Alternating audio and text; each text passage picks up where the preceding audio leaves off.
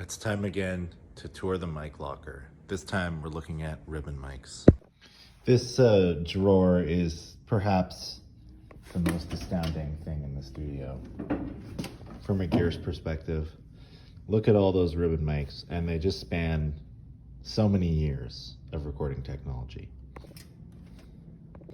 Over on the left here we have two of these Beyerdynamic M160s.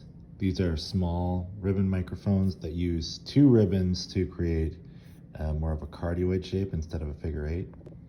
They're really useful for a lot of different things. A lot of people love them on horns. I've seen people use them on voices. You could use them on like a piano or any instrument really. People use them on overheads. A lot of people like them on guitar cab. This is like a lot of people's favorite for guitar cab. You can damage the ribbon with the SPL from loud guitar amps though, so it's good to be careful or put it off axis or, do different things to mitigate that. The studio has two of these Melodium 42B microphones. These are a very old ribbon microphone from France that were sort of like the equivalent to an RCA at the time. They're very high fidelity sounding. People are often surprised by how much high end these have. These are excellent for acoustic instruments and rooms, and we've used them on vocals. They are sensitive obviously because they're ribbon mics, so you have to be careful, but super versatile, awesome sounding. The studio has four of these Coles 4038. This is a super classic ribbon microphone. These are pretty dark, which I guess is what a lot of people expect from a ribbon microphone. They're very fragile, and often if you go to a studio, they'll be broken, which means they'll sound even darker. So I think that's part of where the dark reputation comes in. But when they're working properly, these are on the darker side. And yeah, these get used for all sorts of things. They had this at Abbey Road, so a lot of classic records have used these. They're really popular for guitar amps. They're really popular for strings and horns, and some people use them on drums. This massive microphone is a RCA 77A. This is really like a museum piece. It's in good working order. It's an early RCA microphone. I think it might be the oldest microphone we have. I think it must be close to 100 years old. It's from the 40s or something. It's a cardioid pattern. Uses some tricky stuff to make it a cardioid pattern. It's pretty cool sounding. I've used it as a mono overhead, and I've used it on lead vocals. When Deerhoof recorded here, this was one of the mics we had up for Satomi's vocals. It's super heavy, like it's hard for me to hold it right now, and it looks really cool. This is a fairly new addition to the studio. This is an RCA BK5A. So this is a ribbon microphone. It's a very old RCA ribbon microphone, but it has a couple cool features. So they did some extensive research into how to protect the ribbon. This was used for broadcast and on film sets and stuff. So they wanted something that would be able to withstand like gunshots and stuff like that and not break. So they did research to protect the ribbon. So this can handle really high SPL. So this is an older ribbon that you can put like right up on a drum. Like you could use this on snare drum. This is really popular for like front of kit. So like putting in front of drum kit.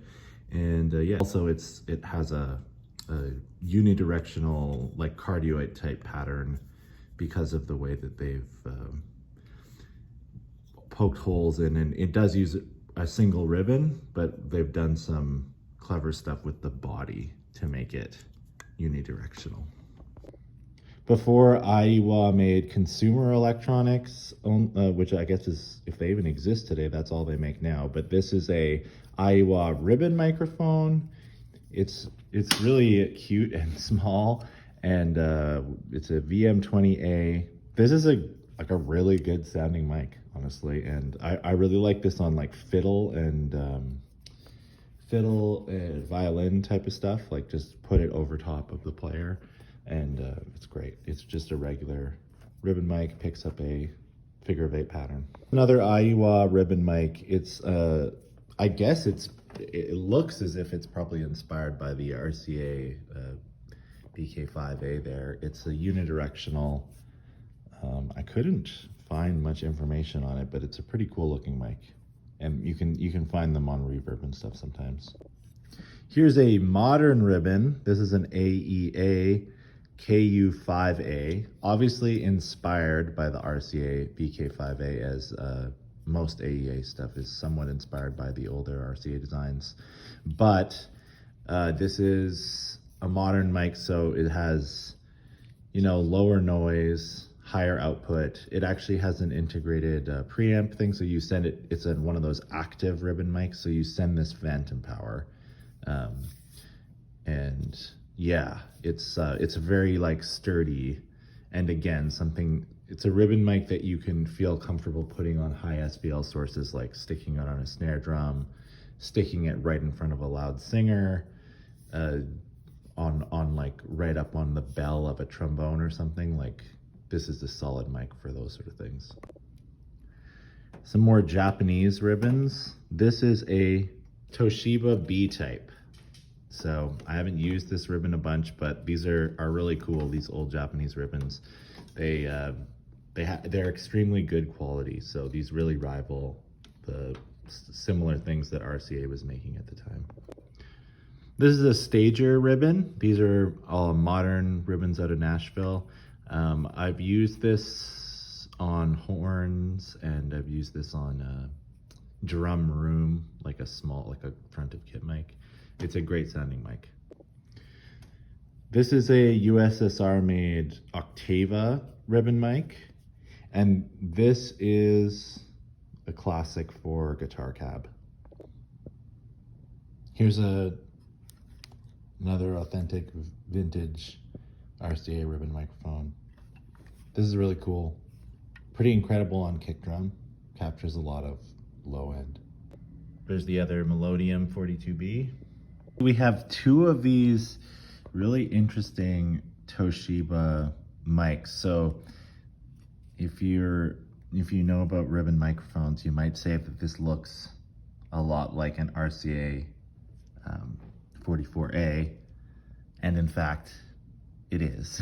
It's like Toshiba was licensed to make RCA 44A. It's an exact clone. But I mean, the thing is that this feels more solid and better built than any 44A I've ever seen. So, and they sound just the same.